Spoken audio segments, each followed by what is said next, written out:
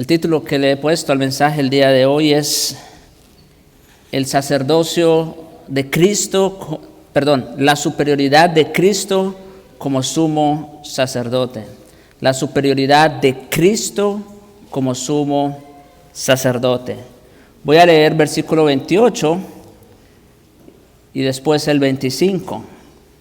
Dice el 28, porque la ley constituye sumos sacerdotes a débiles hombres, pero la palabra del juramento posterior a la ley, al Hijo, hecho perfecto para siempre. Verso 25, por lo cual puede también salvar perpetuamente a los que por él se acercan a Dios, viviendo siempre para interceder por ellos. Pastor, ¿por qué lee el 28 primero y luego el 25? Bueno, vamos a ver en un momento. El verso 25 es como una aplicación de todo el texto. Entonces, por lo tanto, vamos a dejar el verso 25 al final a propósito para aplicar el mensaje el día de hoy. Hermanos, sin más preámbulos, ustedes saben que nos encontramos precisamente en medio de ese tema tan importante, que es el sacerdocio de nuestro Señor Jesucristo, la obra sacerdotal de Jesucristo, el centro mismo del Evangelio. Porque es en virtud de la obra sacerdotal de nuestro Señor Jesucristo que nosotros somos reconciliados con Dios. No hay otro medio, no hay otro, como veremos. Así que aquí, en este texto que se leyó hace un momento, versículos 20 al 28 de Hebreos 7, el Espíritu Santo presenta a Jesús como sacerdote superior en tres formas. En primer lugar, Él es fiador de un mejor pacto. En segundo lugar, Él es eterno e inmutable. Y tercero, Él es santo y sin pecado. Esos son los tres aspectos que el texto nos enseña acerca de la superioridad de Cristo como sumo sacerdote. Entonces, en primer lugar, hablemos de que Él es fiador de un mejor pacto. Versículos 20 al 22 de Hebreos 7. Pueden ir a sus Biblias.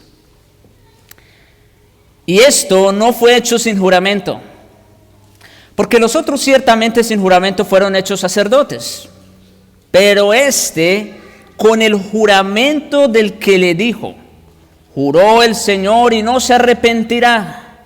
Tú eres sacerdote para siempre, según el orden de Melquisedec. Por tanto, Jesús es hecho fiador de un mejor pacto. Bien, hermanos, Dios no le juró a Aarón que su sacerdocio sería para siempre. No van a encontrar eso en ninguna parte de la Escritura. De hecho, nunca sugirió siquiera ni a Aarón ni a nadie más que su sacerdocio sería otra cosa sino temporal. Sin embargo, muchos israelitas sin duda creyeron que sería permanente, aunque esa idea no tuviera apoyo en las Escrituras. De ahí el problema, como hablábamos en la mañana, de los judaizantes. Ellos creían que esto del sacerdocio y los sacrificios y la circuncisión y bueno, todo lo demás, las ceremonias, debían continuar. Los llamados judaizantes no entendieron este concepto de que el sacerdocio dado por medio de Aarón y su descendencia era simplemente algo temporal, pasajero, como muchas otras cosas en el Antiguo Testamento. Cuando Dios estableció el antiguo sacerdocio o cuando consagró a los sacerdotes, Él no hizo ningún juramento. Eso es importante. Ni ninguna promesa condicional o incondicional de que este sacerdocio sería eterno. Pero en cambio con Cristo sí vemos que juró un sacerdocio eterno, como se escribió en el Salmo 110:4. Juró y no se arrepentirá. tú eres sacerdote para siempre, según el orden de Melquisedec. Y este salmo, ustedes saben, ya se citó en el capítulo 5, versículo 6, en el capítulo 6, versículo 20 de Hebreos, se va a volver a citar en el versículo 17, ya se citó en el versículo 17 del capítulo 7, y aquí otra vez. Ahora, noten algo importante en esa palabra de juramento del Salmo 110. David añadió, y no se arrepentirá. O sea, no solo es que hizo un juramento para establecer el sacerdocio de Cristo, sino que agrega, y no se arrepentirá. Bueno, nosotros sabemos que Dios no es hombre para que mienta, ni hijo de hombre para que se arrepienta. Él dijo y no hará, habló y no lo ejecutará. Sin embargo, es como que agregando mayor seguridad por causa de nuestra debilidad. Juró el Señor. Eso ya es más que suficiente. Hay una palabra, un juramento interpuesto ahí. Pero agrega, y no se arrepentirá. Dios tomó una decisión eterna sobre el nuevo sacerdocio eterno y eso va a ser invariable. Eso no va a cambiar. Ahora bien, ni David ni el escritor de Hebreos sugieren que el juramento de Dios sea más confiable o válido que su palabra. Esto ya lo vimos antes. Dios no tiene necesidad de hacer juramentos. ¿Por qué? Porque su palabra es más que veraz. Así de sencillo. ¿Sabe por qué razón surgieron los juramentos y los votos allá en el antiguo pacto, por cierto? Por causa de nuestra falsedad. Porque lamentablemente nosotros no somos veraces. Y entonces, bueno, para que por lo menos de alguna manera se vea comprometido a decir la verdad, entonces viene el tema de los juramentos y los votos. Pero Dios no tiene necesidad de hacer eso. Sea Dios veraz y todo hombre mentiroso.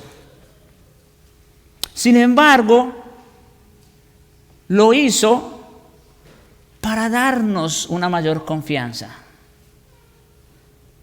El juramento no representa mayor fidelidad, no, sino énfasis en la permanencia, y lo que hace es proveer mayor seguridad a sus hijos. Por eso lo hace, por amor a sus hijos. Por eso, para este sacerdocio de Cristo, sí interpuso juramento. Y no se arrepentirá, no se va a echar para atrás. Como ya mencionamos varias veces, los sacerdotes levíticos ministraban en el templo temporal y repetidamente, o sea, tenían que ofrecer muchas veces los mismos sacrificios. Eran mortales, sí, luego morían y sus hijos debían reemplazarlos y así sucesivamente. También eran pecadores, entonces siempre debían ofrecer sacrificios a nombre propio antes de estar calificados para ofrecerlos del pueblo. ¿Sí sabían eso? Los sumos sacerdotes tenían que primero ofrecer un sacrificio por ellos mismos, porque pues ellos también son pecadores, o eran pecadores. Y luego entonces ahora sí podía ofrecer por el pueblo. Los sacrificios solo tenían cierto efecto temporal, por ello debían repetirse una y otra vez. Dios pretendía que el sacerdocio operara de esa forma. Así lo quiso. No lo planeó para que fuera perfecto o permanente, razón por la cual no lo estableció con un juramento. ¿Ven la diferencia entre el sacerdocio antiguo, el sacerdocio levítico, versus el sacerdocio de Cristo? En aquel no hubo un juramento. ¿Por qué? Porque Dios no pretendía que aquel fuera permanente. Pero con la palabra del que se le dijo, juró el Señor y no se arrepentirá, tú eres sacerdote para siempre. Porque sí es para siempre. Sin embargo, vemos también cuando Dios le prometió el pacto a Abraham, lo hizo con juramento. Eso pueden leerlo en Génesis 22, 16 al 18 y Hebreos 6, 13. Una promesa incondicional y eterna le hizo a Abraham, como leemos en el verso 17 de Hebreos 6, queriendo Dios mostrar más abundantemente a los herederos de la promesa, escuchen, la inmutabilidad de su consejo. ¿Qué significa eso? Que su consejo o lo que él planeó va a permanecer sí o sí, invariablemente. Y entonces, para darnos a los herederos esa seguridad de la inmutabilidad de su consejo, interpuso juramento. Así lo hizo con Abraham. Dios quería que Abraham y a la larga pues Israel y todo el mundo supiera que su promesa era permanente. Fue por medio de Abraham que vino el Mesías, la simiente que sería de bendición para el mundo entero, definitivamente. Y por tanto, la bendición que cada creyente experimente durante toda la eternidad será el cumplimiento perfecto del pacto abrahámico también. Allá Dios hizo una promesa que tuvo cumplimiento pleno en la persona y obra de Jesucristo. Ahora, el sacerdocio de Jesús, que es nuestro tema, tiene también su base en el juramento divino, demostrando con ello que es eterno e inmutable. Por esa razón Jesús es un fiador, una garantía. No sé si aquí se usa mucho esa figura, pero en mi país, por ejemplo, se usa mucho de que se le va a hacer un préstamo a alguien cuando es algo extraoficial o aún a veces oficial, y entonces el banco, la persona que va a hacer el préstamo, pide un fiador o una garantía para que en caso de que esta persona falle o no pague la deuda, entonces el fiador tiene que hacerlo, tiene que responder. Bien, hermanos, Jesús en ese sentido es fiador o garantía de un mejor pacto. Y ciertamente nosotros no pudimos pagar un centavo de nuestra deuda. Él la pagó toditita por nosotros. El pacto que Dios hizo a través de Jesús es mejor que el antiguo, porque aquel era temporal, pero este es eterno. Un sacerdote mejor garantiza un pacto mejor. Por eso el antiguo pacto, tarde que temprano, tenía que terminar. Porque los sacerdotes, pues tampoco eran para siempre. Y sus sacrificios, como vimos la vez pasada, tampoco podían acercar a los hombres a Dios perpetuamente. Es importante reconocer que el antiguo pacto no era malo. Dios no hizo el nuevo porque el antiguo fuera malo, sino porque era imperfecto y temporal. El pacto mosaico era un pacto muy bueno, dado por Dios, ordenado por Dios, y cumplió el propósito para el tiempo que debía permanecer vigente. Es más, el antiguo pacto fue una viva demostración de la gracia de Dios. Entre tanto, esa promesa dada a Abraham tenía su cumplimiento pleno en la persona y obra de Jesucristo. El antiguo pacto también muestra la gracia de Dios. En muchos aspectos el antiguo era bueno por sí solo, era bueno en cuanto al producto de la sabiduría y la voluntad justa de Dios. Servía un buen propósito porque ayudaba a refrenar el pecado y a promover la piedad. También apuntaba al Mesías sin duda alguna y ayudaba a prepararle el camino. El pacto mosaico era exactamente lo que Israel debía tener antes de la venida de Jesucristo.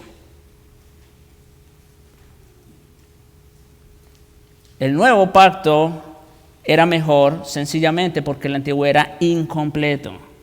El antiguo era bueno, pero el nuevo es mejor. Noten, yo quiero que quedemos claros en esto. No estamos para nada diciendo que el antiguo pacto era malo, era negativo. No, era bueno. Y cumplió el propósito para el cual Dios lo estableció. Solo que el nuevo es mucho mejor, porque tiene un mejor fiador y un mejor sacerdote. En Génesis hay una excelente ilustración sobre ser fiador a propósito. Cuando los hijos de Jacob se estaban preparando para ir a Egipto por segunda vez y obtener comida para sus familias con hambre, Judá le recordó a su padre que el gobernante egipcio, José, aunque ellos no lo sabían, les había dicho que no podían esperar más comida si no les llevaba a Benjamín, su hermano menor. ¿Recuerdan la escena, no? José les pide que lleven a su hermano. Bueno, solamente después que Judá se ofreció noblemente a servir de garantía o como fiador por Benjamín, su padre aceptó con renuencia. En Génesis 43:9 leemos: yo te respondo por él. A mí me pedirás cuenta, dice Judá, si yo no te lo vuelvo a traer y si no lo pongo delante de ti, seré para ti el culpable para siempre. Judá se puso como fiador delante de Jacob para que dejara ir a su hijo Benjamín. Después de haber recibido más comida de José, tuvieron que detener su regreso a casa porque José escondió su copa en el saco de comida de Benjamín. Ya saben la historia. Judá, descorazonado por lo ocurrido y apenado por lo que la pérdida de Benjamín provocaría a su padre, volvió a ofrecerse en garantía por su hermano. Después de una explicación larga a José por su preocupación, Judá le dijo a José en Génesis 44:33: te ruego por tanto que quede ahora tu siervo, o sea, él, en lugar del joven por siervo de mi señor, y que el joven vaya con sus hermanos. Otra vez Judá actuando como fiador y como garantía. Judá hizo una segunda promesa de garantía para poder cumplir la primera. Más o menos lo que hizo el Señor, lo que hizo Dios. Primero hizo una promesa a Abraham de una simiente que sería de bendición a todas las naciones, e interpuso juramento, y él fue quien pasó por el medio. En otras palabras, él se comprometió a cumplir esa promesa. ¿Y cómo vemos que se ratifica esa promesa? Mediante una segunda promesa o un segundo juramento, el pacto de Dios por medio de Jesucristo. Estaba dispuesto a hacer lo que fuera necesario para cumplirle a su padre, Judá, la promesa de que Benjamín regresaría sano y salvo. Con ese gesto, Judá ilustró la idea de Cristo como garantía del nuevo pacto. Pablo también estuvo dispuesto a hacer garantía por un esclavo en Filemón, versículos 18 y 19. Y si en algo te dañó, le dice a Filemón, o te debe, ¿qué dice? Ponlo a mi cuenta. Yo voy a pagar, yo voy a responder por él. Jesús, hermanos, es el mediador del nuevo pacto y con ello ha proporcionado vida eterna. Pero Él hace más que mediar el pacto. Además, lo garantiza. Él se ha convertido en garantía de ese pacto. Todas las promesas de Dios en el nuevo pacto las tenemos garantizadas por Jesús. Ustedes pueden leer Efesios capítulo 1, un texto tan hermoso, versículos 3 en adelante hasta el 17, hablando de una y otra bendición espiritual. La elección, la predestinación, la redención, el perdón, la adopción, tantísimas bendiciones. ¿Y cuál es la palabra en común en todas esas bendiciones? En Él, en Cristo. Hermanos, porque es únicamente gracias a Cristo que todas esas bendiciones y muchas más son nuestras. No hay otra forma. Él es nuestra garantía. Él garantiza el pago de todas las deudas que nos han dejado y nos dejarán nuestros pecados. Esa es una maravillosa noticia, hermanos. Nosotros creemos, a la luz de las Escrituras, que nuestro Señor Jesucristo pagó todas nuestras deudas, pasadas, presentes y futuras. O de otra forma, no sería un mejor sumo sacerdote.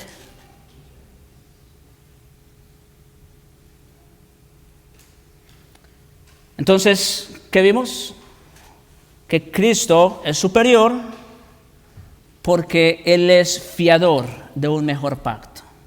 En segundo lugar, Él es eterno e inmutable, versículos 23 y 24.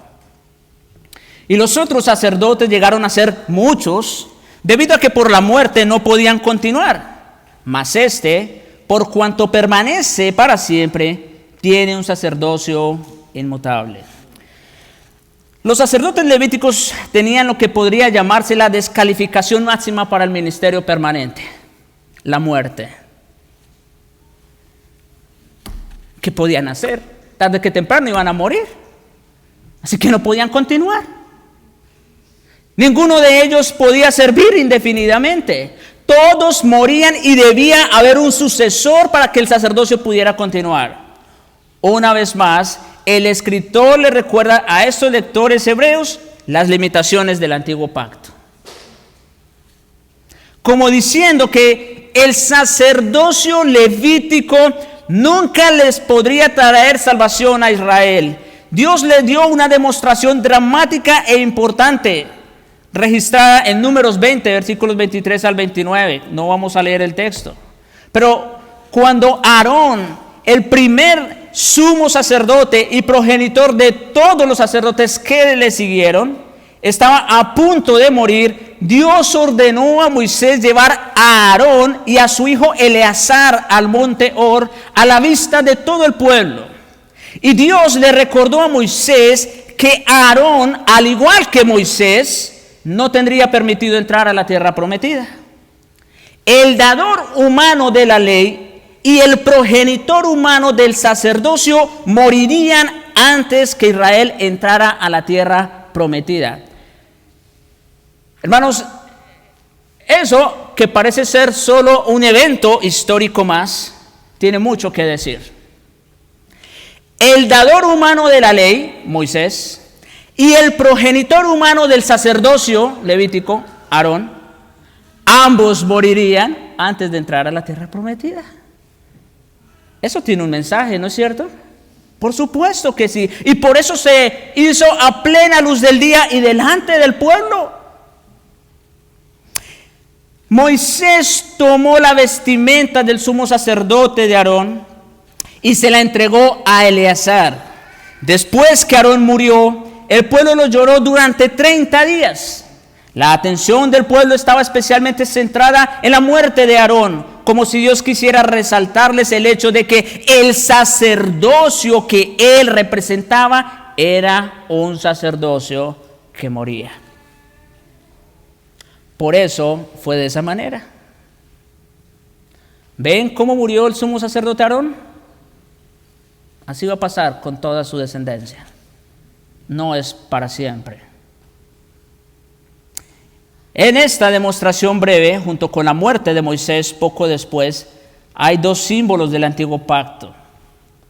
Uno, que no era permanente, y dos, que no podía llevar al pueblo a la tierra prometida. Interesante. O sea, la ley, no fue la ley la que llevó a Israel a la tierra prometida. ¿Qué fue? La palabra de la promesa.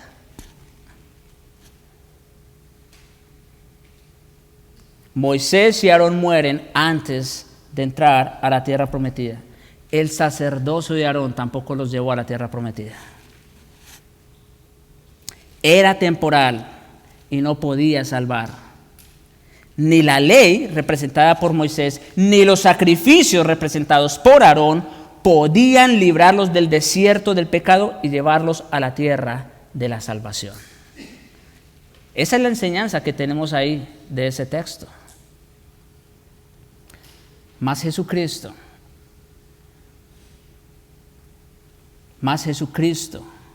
por cuanto permanece para siempre, tiene un sacerdocio inmutable. Porque Cristo ciertamente murió para expiar el pecado de todos aquellos a quienes vino a salvar. pero la muerte y la tumba no pudieron retenerlo. Esa fue la diferencia entre Cristo y Aarón. No es mínima la diferencia, ¿no? Es total. Porque el sacerdocio de Jesucristo sí es para vida, por cuanto vive y permanece para siempre. Jesús es el sumo sacerdote superior porque no necesita sucesores. Su sacerdocio es inmutable y eterno. La palabra inmutable significa más que la mera permanencia o algo que no va a cambiar. Significa sencillamente incambiable. Es imposible que cambie. Y cuando dice aquí que Jesucristo, por cuanto permanece para siempre, tiene un sacerdocio inmutable, es que sencillamente no puede cambiar su sacerdocio. Es inalterable, inviolable. No es solamente que el sacerdocio de Jesús sea inmutable, es que no puede ser nada distinto a inmutable.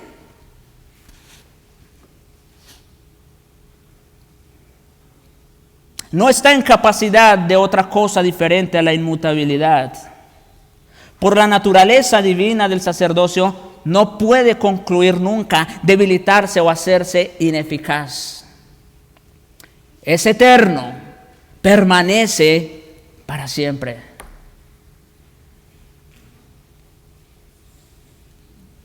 Jesucristo tiene un sacerdocio que es completamente incapaz de alterarse en cualquier forma.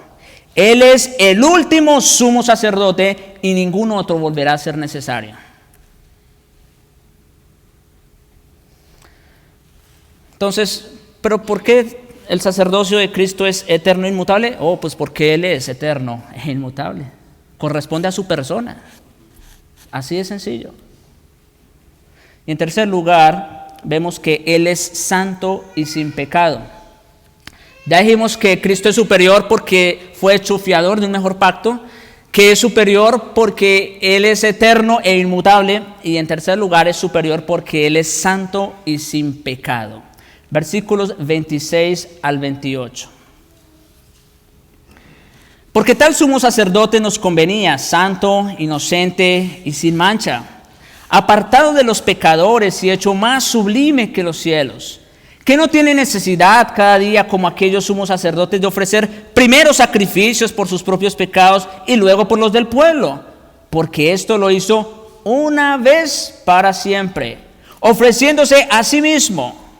Porque la ley constituye a sumos sacerdotes a débiles hombres, pero la palabra del juramento posterior a la ley, al Hijo hecho perfecto para siempre. Todos los sacerdotes levíticos eran pecadores y debían ofrecer sacrificios por ellos mismos antes de poder ofrecerlos por el pueblo. Ya lo dijimos. No ocurre así con nuestro sacerdote presente, no.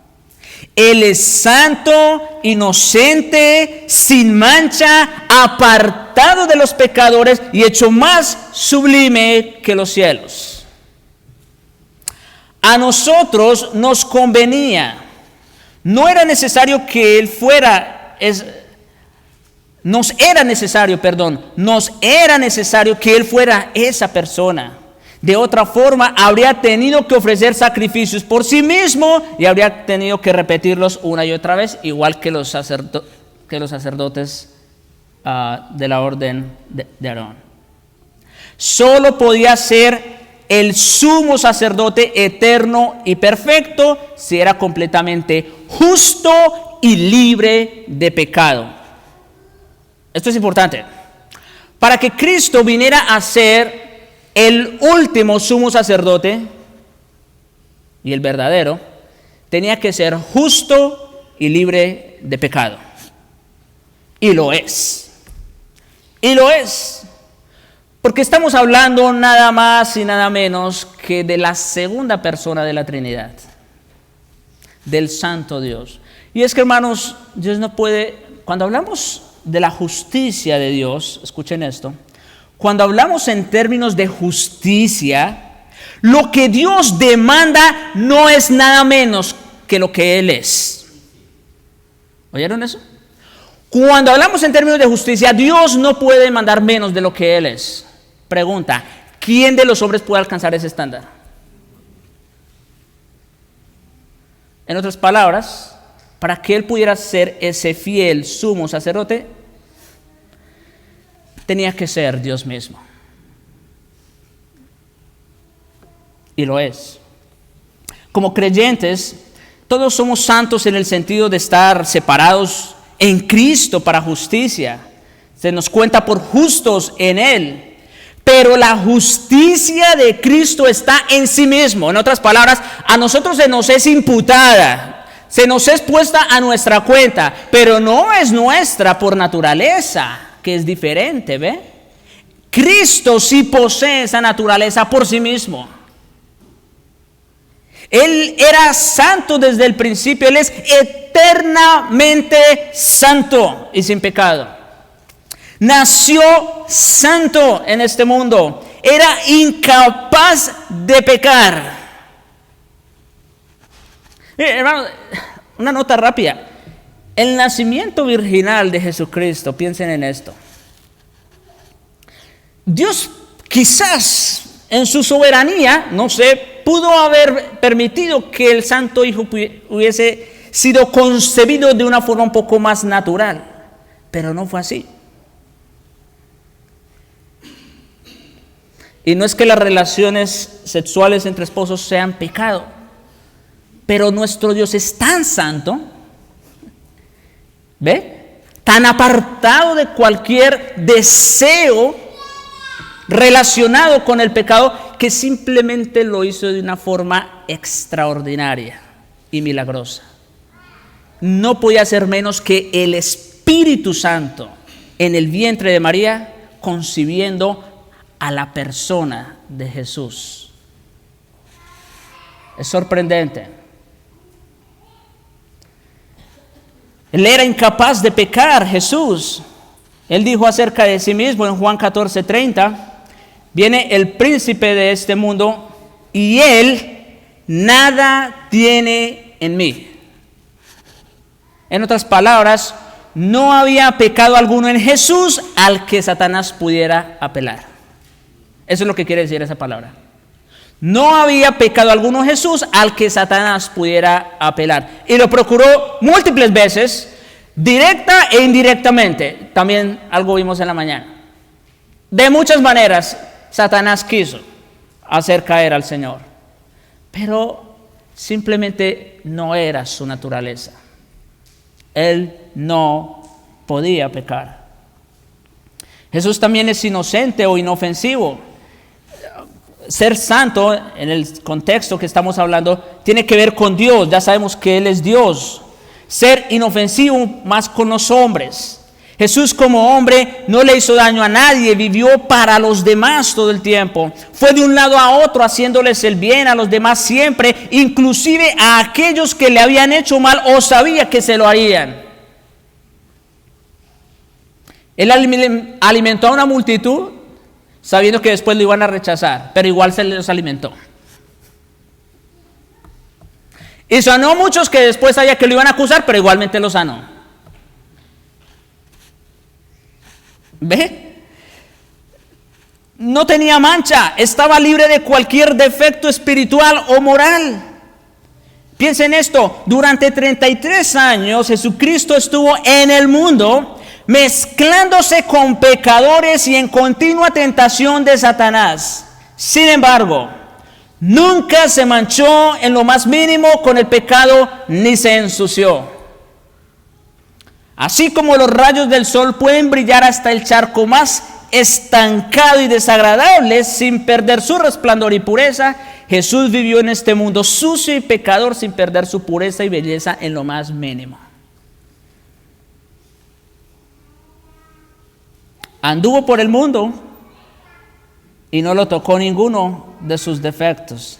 Estuvo en el contacto más directo y personal con Satanás y salió tan limpio como antes de que se encontraran.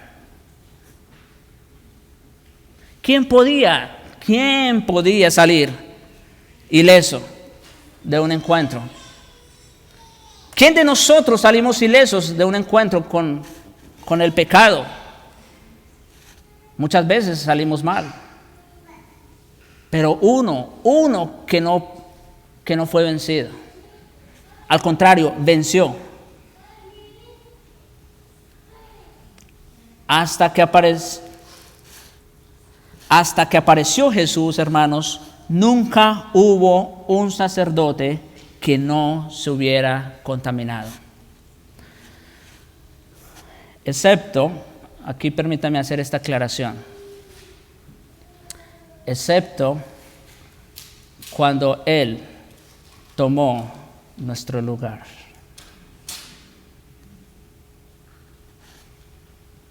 Eso hizo toda la diferencia. Nuestro Señor Jesucristo era santo, era intocable. Podía salir en medio de las multitudes y no le podían hacer absolutamente nada. No era hallado culpable de ningún pecado. En el momento que Él toma nuestro lugar y es cargado con nuestros pecados, con nuestras concupiscencias, con nuestras maldades, en ese momento sí empezó a experimentar lo que nunca antes había experimentado. Y por eso esa oración tan sentida del Getsemaní: Padre, si es posible, pasa de mí esta copa. No se estaba refiriendo a la muerte física. Los discípulos morían crucificados sonriendo.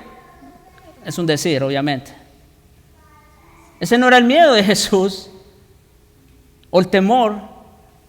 Lo que lo angustiaba y lo que lo atormentaba por dentro era el hecho de cargar con nuestros pecados, cargar con nuestra culpa y sufrir el castigo que justamente usted y yo merecíamos. El santo de los santos, que nunca tuvo comunión con el pecado.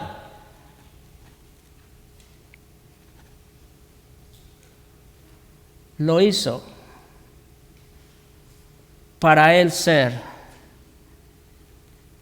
el animal del sacrificio, la expiación perfecta. Hermanos, ¿qué más sacerdote? ¿Qué más intercesor necesitamos?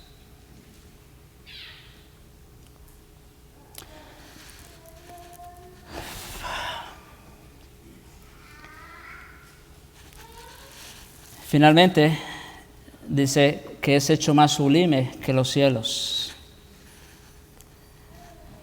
Sublime por las otras cosas, pues por lo que se acaba de mencionar. Porque es santo, inocente, sin mancha, apartado de los pecadores. Por tanto, es sublime. Él no tiene necesidad de ofrecer sacrificios por sí mismo como aquellos sacerdotes. La ausencia de pecado no requería sacrificios por Él. Jesús ofreció un solo sacrificio y no fue por Él, sino por los demás, por aquellos que vino a pagar. Lo hizo una vez, un sacrificio perfecto, por un sacerdote perfecto, hecho para toda la eternidad.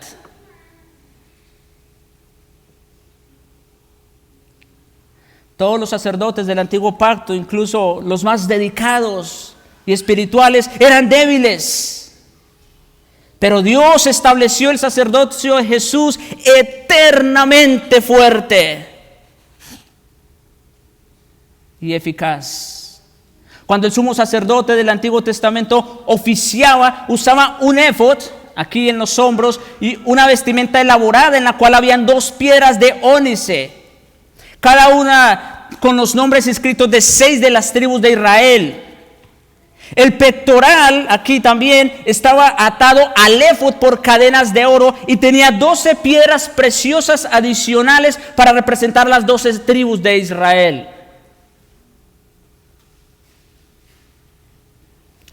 Por tanto, cada vez que entraba a la presencia de Dios, llevaba consigo todas las tribus. Él estaba allí como representante en nombre de todas las tribus de Israel. Simbólicamente, el sumo sacerdote llevaba a los hijos de Israel en su corazón, sus afectos y sus hombros o en su fuerza para Dios. Eso era lo que representaban el éfod y el pectoral. Esto representaba lo que debía ser el sacerdocio. Primero, un corazón para las personas. Una persona apasionada por la salvación de las personas. Y segundo, la fuerza para acercarlos a Dios. Escuchen esto. Sin duda, muchos de estos sacerdotes tenían el corazón con el pueblo. Tenían toda la intención de acercarlos a Dios. Pero ninguno de ellos estaba en capacidad de acercarlos a Dios. Ni siquiera podían acercarse ellos mismos. Nuestro sumo sacerdote no tiene esa debilidad. Él lleva nuestros nombres en su corazón y sus hombros. Pero no necesita un éfod o un pectoral como símbolos porque tiene afecto verdadero y salvación verdadera. Nos ama perfectamente y nos puede salvar perfectamente. Él sí puede.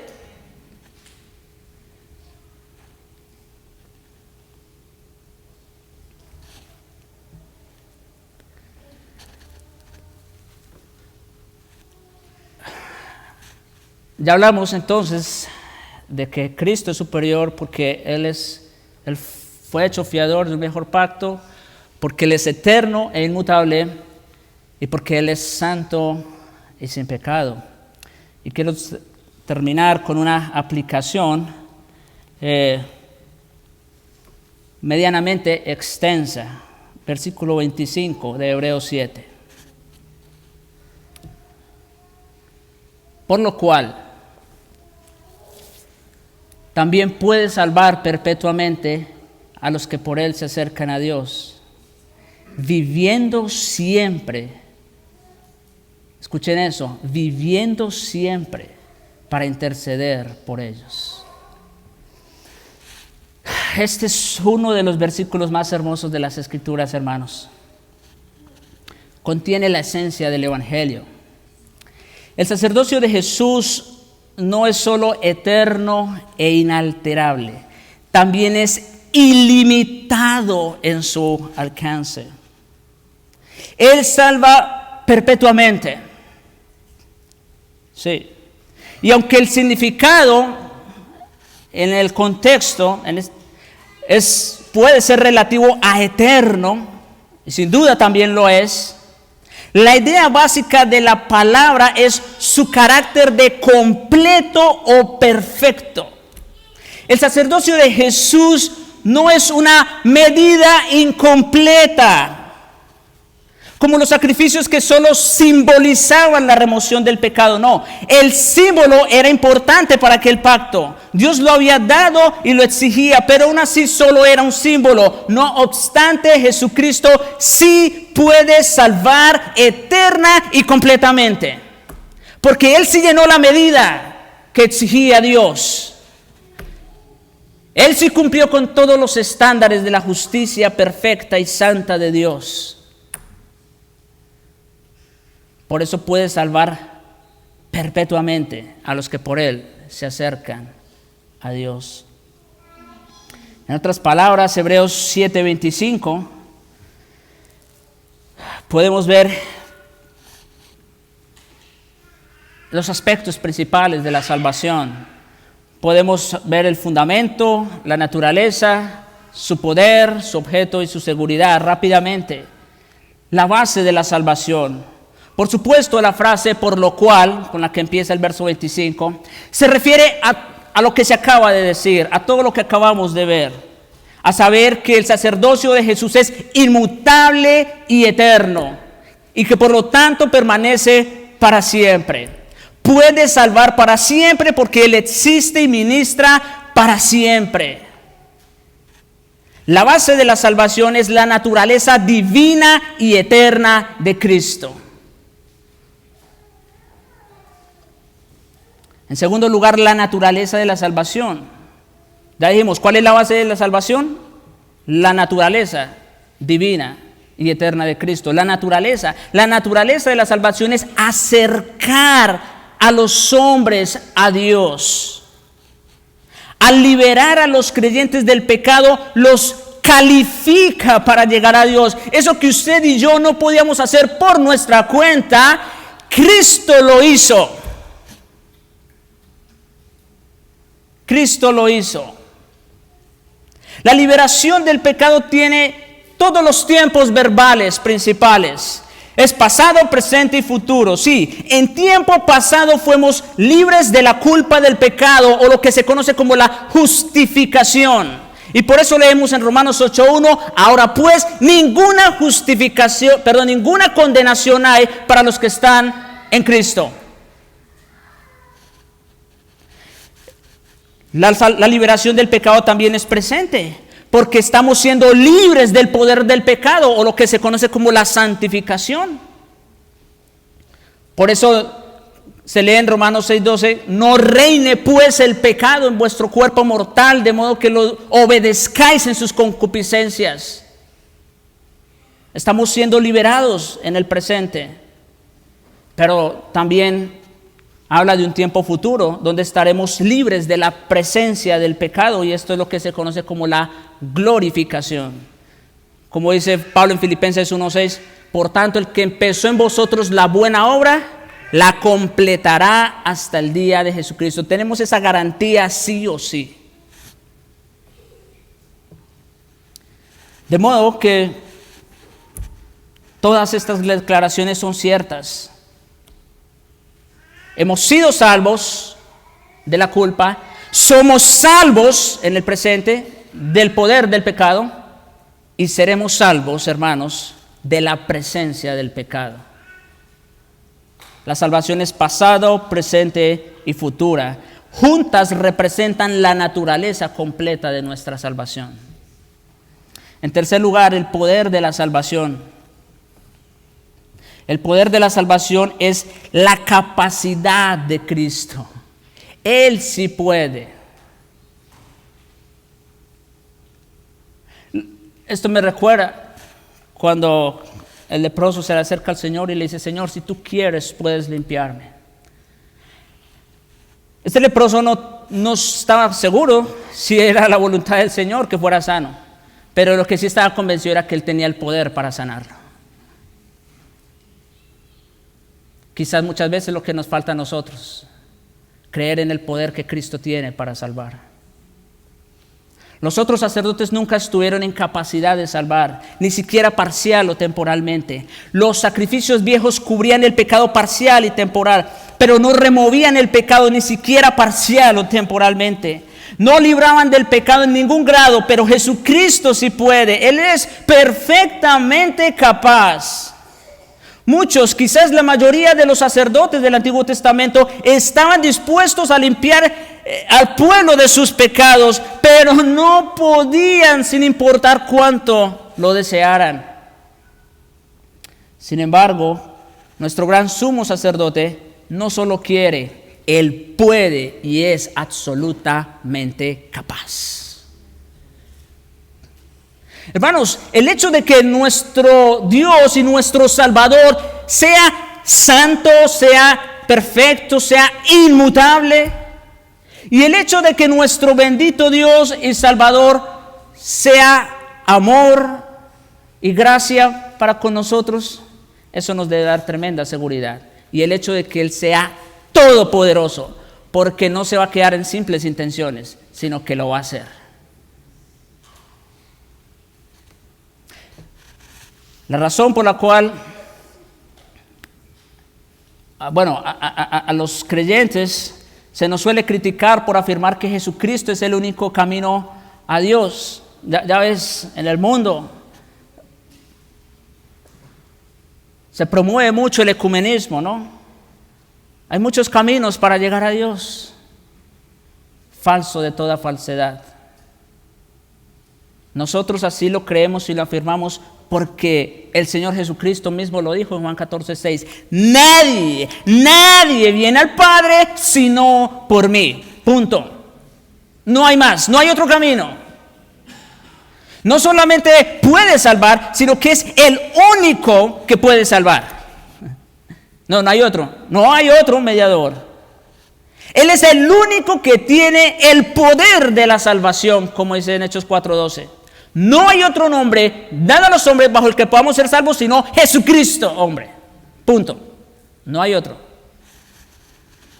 De hecho, no solo vino para hacer posible la salvación de todos, como muchos enseñan por ahí.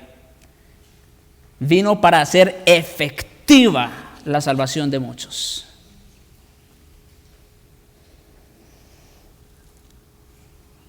¿Y quiénes son esos muchos? Número 4, el objeto de la salvación. Por supuesto, el objeto de la salvación eterna son quienes llegan a Él para obtener la salvación. Como dice el texto del verso 25 de Hebreos 7, los que por Él se acercan a Dios. No hay más restricciones que esta. No hay más cualidades que la fe en el Hijo de Dios. No hay otra forma de ser salvos, excepto creyendo en el Hijo de Dios. Porque como Él mismo lo dijo en Juan 6:37, el que a mí viene, no le echo fuera. Bendita promesa tenemos ahí también. El que a mí viene, no hay... Pastor, pero es que usted no sabe los pecados que yo he caído, lo que yo he hecho. El Señor nos está preguntando cuántos pecados has hecho, porque todos pecamos de múltiples formas. El Señor nos está preguntando eso, porque Él ciertamente ya pagó eso. Él simplemente dice, el que a mí viene, no le echo fuera. Jesús es el único camino, pero el camino está abierto a todo aquel que ponga su confianza en Él. Este es el llamamiento general. Obviamente el llamamiento eficaz es obra del Espíritu. Pero este es el evangelio que se debe predicar siempre.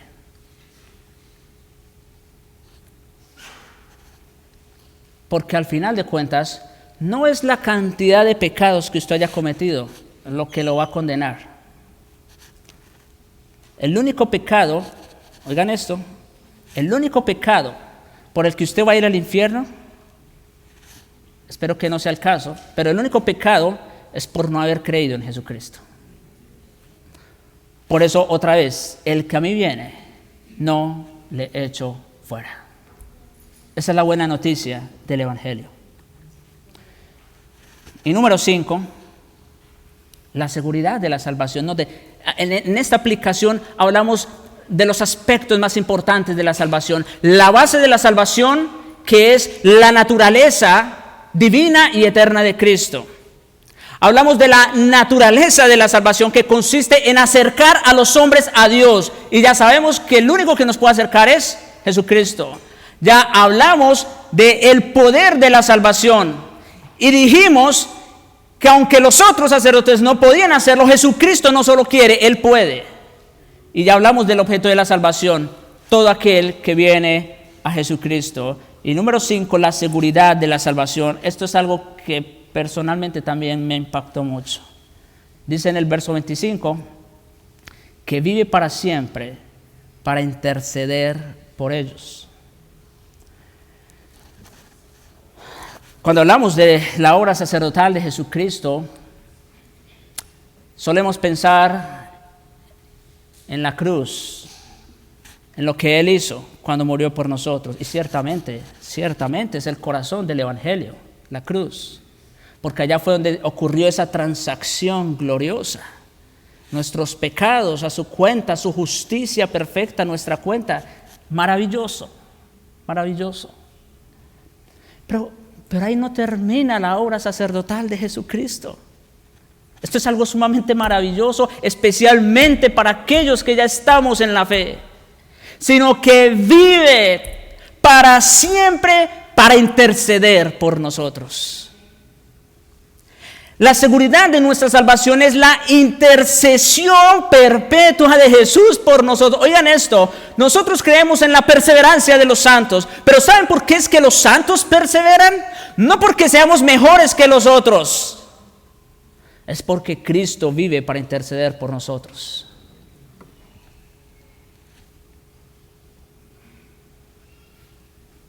No podemos mantenernos salvos por nuestra cuenta como no podemos salvarnos por nuestra cuenta.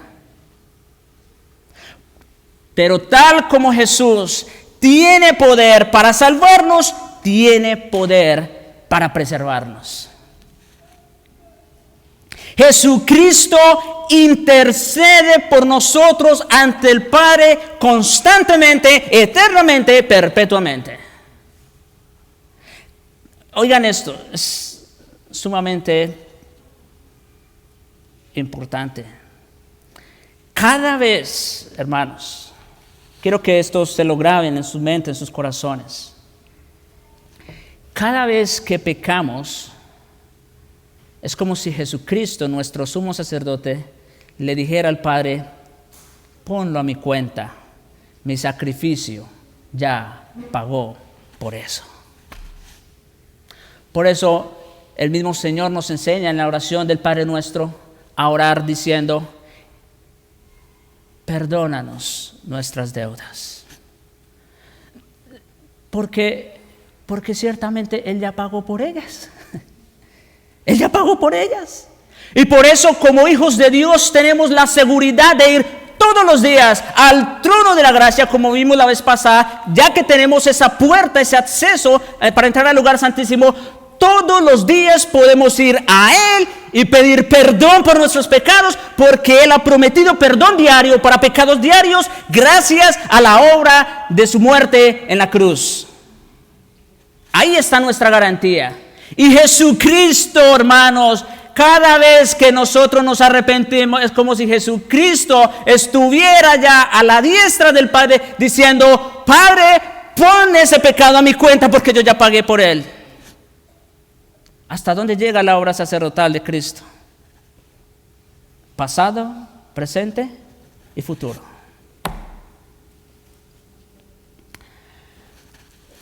Por medio de Jesucristo podemos presentarnos, como dice Judas 24, sin mancha delante de su gloria y con gran alegría. A la vista del Padre en su Hijo, oigan esto, ya no tenemos culpa.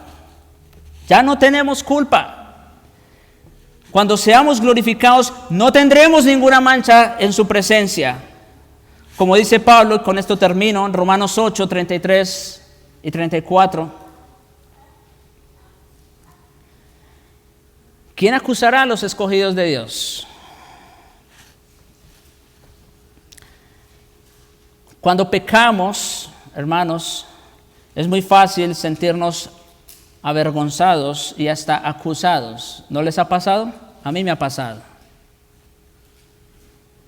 Oye lo que dice este texto. ¿Quién acusará a los escogidos de Dios? Dios es el que justifica.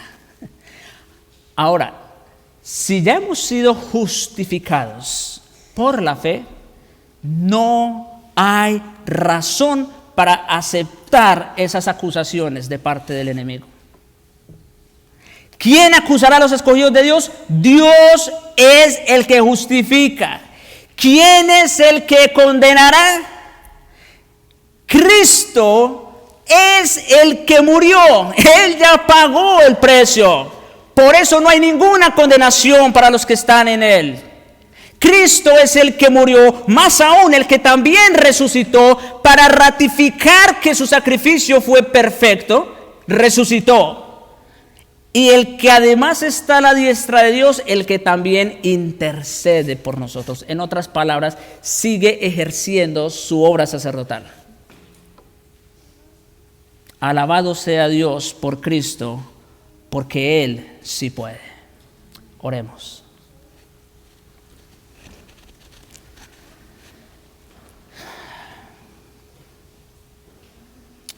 Padre, es casi imposible escuchar estas palabras y no quebrarnos, ya sea sobre todo por el gozo de saber que tu obra es completa, es perfecta y es eficaz. No hay nada en nosotros, Señor, no hay nada. De nosotros solo es el pecado y la mancha. Pero gracias te damos por Jesucristo, el Cordero de Dios, que proveíste para nuestra expiación. Gracias por Jesucristo, nuestro sumo sacerdote, establecido con juramento de que no se arrepentirá, de que será para siempre nuestro sumo sacerdote. Y ciertamente, Señor, hemos visto que es así, porque no solo murió por nosotros, pero sigue intercediendo por nosotros. Alabado sea, Señor, por lo que tú eres y lo que haces. Concédenos, oh Dios y Padre, vivir a la luz de estas verdades, en alabanza, en adoración, en gratitud y en obediencia a ti. Te lo suplicamos en su santo nombre, Jesucristo. Amén.